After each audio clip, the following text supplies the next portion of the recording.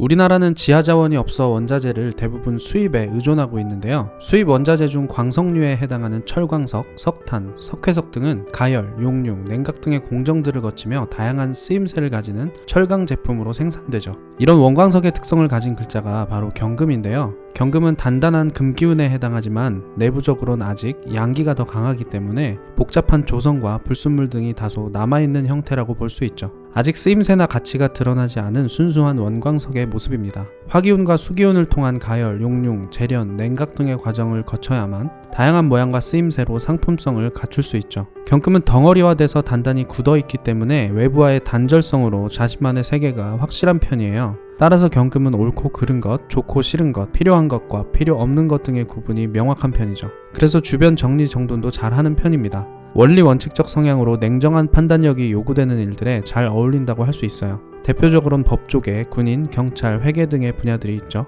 물론 꼭 이런 분야가 아니더라도 명확한 결단력, 결과중시, 준법 정신 등의 장점을 다양한 영역에서 발휘할 수 있습니다.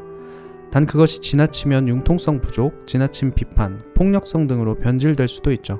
그래서 경금에게 가장 필요한 기운은 유연성이에요. 유연성을 추구하며 화기운의 도움까지 얻는다면 높은 가치를 창출할 수 있죠. 그래서 경금은 을목과 대화작용하며 금기운의 가치를 높이는 을경합금의 운동성을 가집니다. 반면 간목과는 경직성으로 인해 정면 충돌하는 기운이죠. 이런 특성을 가진 경금일간 분들에게 계묘년은 새로운 변화의 시작을 의미하는데요. 천간의 개수가 상관으로 들어와서 기존의 정체성을 형성하고 있던 관성, 즉 화기운을 흔들기 때문이죠. 관성은 나를 둘러싸고 있는 공고한 관념이에요. 직장이나 브랜드 이미지로서 특정한 사고방식과 행동 양식을 요구하죠. 상관은 이런 것들에 대한 문제점을 신랄하게 비판하며 시대가 바뀌었음을, 새로운 방향성이 필요함을 가감없이 설파합니다. 이런 변화는 내 의지로 일어날 수도 있고 내 의지와 관계없이 일어날 수도 있죠. 어떤 경우든 간에 필연적으로 진통을 동반할 수밖에 없는데요. 만약 직장인분들이라면 관제 구설이 일어날 수도 있고 자기 사업을 하시는 분들이라면 브랜드 이미지 손상이나 새로운 브랜드로의 혁신이 생길 수도 있죠. 이런 과정은 추후 새로운 변화를 만드는 계기로 작동할 가능성이 높아요. 계묘년에 경험할 변화적 사건들이 감정적으로 좋게 느껴지던 아니던 간에 변화의 필요성을 인지하는 계기가 된다는 거죠. 이직, 사업혁신, 프로젝트 제안 등 다양한 형태의 변화 욕망을 예고하는 운이라고 할 수 있습니다. 그런데 결코 무리한 방식을 취하지는 않을 거예요. 계묘년의 지지 묘목이 정제로서 안정적인 세력 기반이 되어주기 때문이죠. 어떤 일이든 현실성과 합리성을 갖추고 일을 처리할 가능성이 높아요. 억울한 일을 겪더라도 현실적 기반에 손상을 주지 않는 선에서 협의와 조정을 해나갈 수 있는 현실 감각을 갖췄다고 볼 수 있죠. 이렇게 자이든 타이든 변화를 겪게 될 경금일간 분들은 추후 다가올 운세들이 갑진, 을사, 병호 등으로 사회적 지위와 영향력이 상승되는 흐름인데요. 계묘년의 변화를 통해 새로운 연대를 구축하고 속구력 있는 재화, 서비스, 아이디어 등을 끈기 있게 만들어 가신다면 훗날 아주 큰 성과로 이어질 것입니다. 또한 남성분들은 연애운도 상승하는 흐름인데요. 천간 개수, 지지 묘목이 각각 상관과 정제로 식상생재의 구조를 이루고 있기 때문이죠. 남자에게 정제는 안정적인 이성운을 의미하고 상관은 이성운을 활성화시키는 촉매로 작동합니다. 여성에게 자신의 매력을 뽐내고 헌신하며 마음의 장벽을 무너뜨리는 힘이죠. 상관은 예측 불가능성이 높아서 여성으로 하여금 매우 신선한 매력을 느끼게 하는 기운이에요. 다만 계묘년의 연애는 단발적이거나 가벼운 형태의 연애가 될 가능성이 높습니다. 단단한 신뢰를 바탕으로 한 관계는 아직 아니라고 할 수 있어요. 시작하는 설렘이 앞서 있다고 볼 수 있죠. 하지만 계묘년을 즐겁게 잘 보내며 관계가 깊어질수록 충분히 지속성도 높일 수 있는 운의 흐름입니다.